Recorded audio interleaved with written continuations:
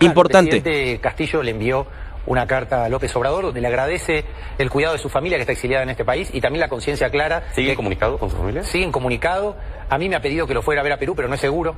Es el presidente legítimo de Perú, fue destituido violando la Constitución y el reglamento, con lo cual lo máximo que se puede decir es que fue una destitución irregular que se llevó adelante violando el debido proceso y la Constitución y el reglamento del Congreso peruano, pero lo que no sabíamos hace 8 meses es que el propio Congreso de Perú lo iba a reconocer. El procurador público del Congreso peruano reconoció, te voy a citar la frase porque ya me la aprendí de memoria, pues no puedo creer que lo haya dicho públicamente en una institución como un Congreso y que los jueces peruanos todavía no hagan nada para devolver la legalidad y el Estado de Derecho en Perú.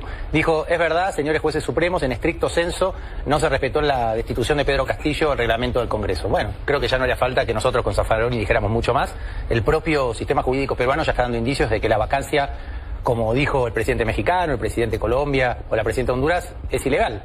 Y lo grave es que ya empieza a ser una tendencia, no es un caso aislado el de Pedro Castillo, sucedió con Evo Morales, que terminó exiliado en la Argentina. Que ustedes estuvieron lo patrocinamos, por supuesto, ¿no? claro, también. Y también lo vemos con la Fiscalía en Colombia, que lo acosa al presidente Petro, lo vimos en Honduras con Arévalo, con una Fiscalía que directamente invadía otra esfera de acción y no quería dejar asumir un presidente democrático. Es decir, ya empieza a ser una dinámica que va más allá de Perú, de Brasil con Lula, ni hablar. Una constante, ¿no? Es una constante que empieza a poner en juego y en tensión las democracias y los liderazgos populares de América Latina. Pero en ese caso específico de Pedro Castillo, si ya hay un reconocimiento de que se violó el debido proceso, no se tendría que reponer, no se tendría que, a ver, si lo van a quitar, que lo quiten, pero con el procedimiento adecuado. Mira, Pedro, hoy estuvimos en el Congreso en Toluca y acabas de resumir de manera perfecta lo que nosotros como abogados venimos repitiendo de una vez y otra vez. La vacancia o la destitución de un presidente, por la importancia que tiene un presidente, que es el depositario de la soberanía de un pueblo, tiene pasos legales establecidos muy estrictos y muy claros. Si lo quieren vacar o destituir a Castillo, lo pueden hacer, nosotros no decimos que no, lo que decimos solamente lo que vos acabas de decir muy bien, y es que hay que hacerlo conforme a derecho, respetando las pautas constitucionales del debido proceso. La vacancia contra Castillo, como reconocen los constitucionalistas peruanos, el procurador del Congreso y cada vez más voces críticas, se hizo violando el orden constitucional, violando el reglamento del Congreso peruano. Por eso la vacancia es nula. En todo caso, como vos acabas de decir muy bien, nosotros proponemos que si quieren hacerle un juicio político, se lo hagan, pero conforme a derecho, respetando el antejuicio político, respetando su inmunidad que fue violentada, pero evidentemente no fue el camino que eligió. ¿Y qué está eligiendo el régimen peruano hoy? Alejarse cada vez más del Estado de Derecho y del sistema internacional de derechos humanos, y están empezando a proponer, en lugar de restituir a Castillo y hacerle un juicio político conforme a derecho y en todo caso suspenderlo y vacarlo, pero conforme a la ley, cosa que hasta el día de hoy no sucedió, están proponiendo el camino contrario, es decir, seguir agravando la situación ilegal de Perú, aislando cada vez más ese país y quitando al Perú del sistema interamericano, lo cual es gravísimo. Y fíjate otra cosa, hace 8 meses cuando yo estaba acá, recordemos que Castillo le gana la elección a Keiko Fujimori, la hija de Fujimori, y Castillo estaba preso en forma inconstitucional, fue destituido por un congreso fujimorista, pero lo que no sabías, porque pasó hace pocas semanas contrariando el sistema interamericano, es que hoy Castillo está preso, pero Fujimori padre está libre, pese a estar condenado por delitos gravísimos de lesa humanidad, y contrariando el sistema interamericano. Es decir, que la justicia peruana no solo no ve que la vacancia contra Pedro Castillo es nula, que se hizo violando la Constitución, sino que tampoco quiere ver que el indulto contra Fujimori o a favor de Fujimori es inconstitucional, contraría el sistema interamericano, y sin embargo hoy Fujimori está libre, cosa que hace 8 meses cuando yo estuve acá no era una realidad, y Castillo está preso, con lo cual es muy clara cuál es la dinámica judicial en ese país. Por eso nosotros apostamos a la presión internacional. ¿Y esto del no quererlo ver es por su propia voluntad o porque hay una indicación de Boluarte de no verlo?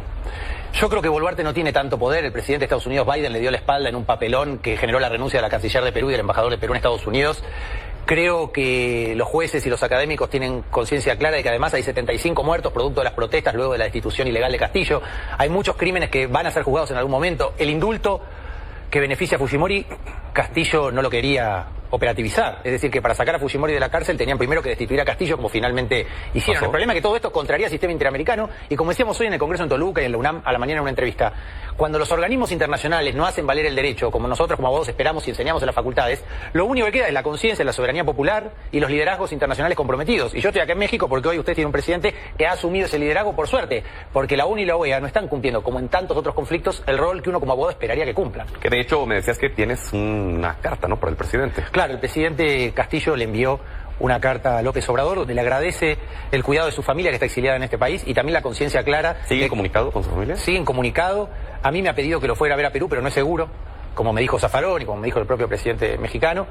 Pero nosotros tratamos de llevar adelante técnicamente con rigor la defensa jurídica, porque hoy le pasó a Castillo, mañana le puede suceder a Arévalo o a Petro. La criminalización de los presidentes de América Latina está empezando a ser una dinámica constante, por eso con Zaffaroni preparamos un boceto, un borrador para dejar acá, con 15 principios anti-lofer, para decirlo coloquialmente, que aspiramos a vencer el derecho penal del enemigo y volver a consolidar los principios liberales de la democracia constitucional, que se acabe la persecución política en América Latina. En todo el continente. Y en esta carta que le envía a Pedro Castillo es el tema de su familia, ¿y hay algo más? No, y le agradece su visión y su compromiso con el pueblo peruano, que es el pueblo que votó a Pedro Castillo, no votó a Boluarte y menos a Boluarte aliada con Fujimori.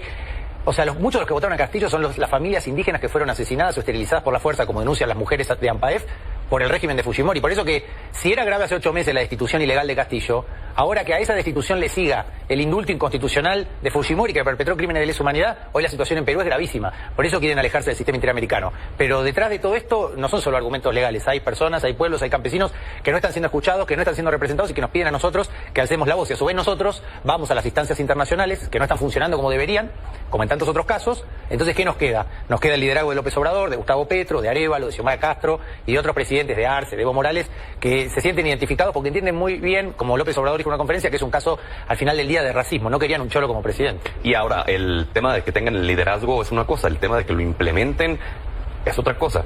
Claro. ¿Cuál es el alcance que podría llegar a tener el liderazgo del presidente López Obrador en unión con Petro, en unión con Xiomara Castro, para el fin que se busca? Bueno, tarde o temprano la verdad se termina imponiendo. Y frente a la incapacidad o el silencio o el letargo, como dijo López Obrador, de los organismos internacionales, que se alcen voces con ese nivel de protagonismo llena de esperanza a un pueblo, porque entiende que su reclamo de justicia, que no está siendo escuchado por la dirigencia de su país, por el Congreso racista de su país, por lo menos encuentra eco en otras latitudes y que nadie le suelta la mano.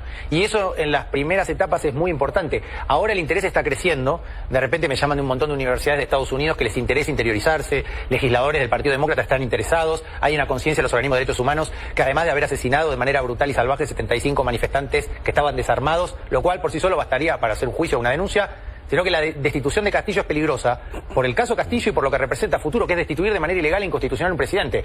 La pregunta sería, ¿qué hace el Tribunal Constitucional de Perú? Argentina no tiene Tribunal Constitucional, pero Perú, Chile son países que sí lo tienen. Y esos tribunales tienen como única misión, porque para lo demás está la Corte Suprema, los tribunales constitucionales son los encargados de que en ese país se respete la Constitución. Y la máxima responsabilidad de un Tribunal Constitucional es que la Constitución se respete en el caso de la vacancia de un presidente, que es el depositario de la soberanía popular.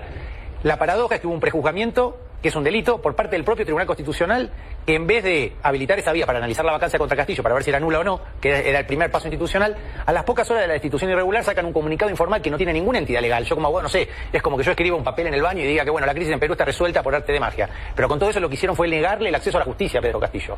Al interior de Perú primero y luego en instancias que no tuvieron un compromiso fuerte. En el caso de Evo Morales, que terminó exiliado en la Argentina, con apoyo de Evo Morales, la OEA tampoco se pronunció muy fuerte. Y en el caso de Perú deja mucho que desear el sistema interamericano, del cual yo fui becario, paradójicamente igual que Zaffaroni en este país, además. Nosotros como vos, o sea, esto no es solo Perú ni solo México, evidentemente hay una crisis del derecho internacional público que es muy severa. Los foros de cooperación diplomática internacional están todos agujereados. Entonces, como abogados no es solo el caso Perú y el apoyo Salvador de México, Guatemala, Honduras y Colombia y Bolivia, sino pensar realmente cuál es la arquitectura jurídica internacional a futuro, que es muy endeble. Entonces este problema, lejos de aminorar, se va a ir agravando. Por eso le llevamos a López Obrador un proyecto de tratado anti-lawfare para que las democracias no se vean cooptadas por una lógica de persecución del enemigo al que se le borran todas las garantías. Claro, ¿y esto ya se lo entregaron? No, yo espero entregárselo la semana que viene, porque estamos con un montón de conferencias, el presidente tiene un montón de ocupaciones. Claro. Y además la carta recién la voy a recibir ahora, porque fue muy difícil que Castillo pueda enviar la carta. Claro, me imagino, y lo hemos platicado, ¿no? De la falta de condiciones que tiene Castillo en la elección. Mira, un periodista de España, muy amigo, que lo conocí por intermedio del presidente de Colombia, me hacía una serie de preguntas sobre cómo era entrevistar a Castillo, y por las preguntas yo me daba cuenta lo lejos que está muchas veces la prensa europea de la realidad de América Latina. Me preguntaba, aunque tal vez es lógico, claro, es un presidente, ¿no? Mal destituido. Me preguntaba si hay vidrios, si podía hablar a través de un teléfono, y yo me imaginaba, digamos, si este periodista tuviera una mínima noción de las condiciones de precariedad en la que está detenido Castillo, con unas lonas, calles de tierra, en una prisión que no tiene, digamos, ninguna condición de salubridad. Esto no es culpa del INPE, pero la precariedad es jurídica, es ética, es institucional y es física, es muy grande la precariedad.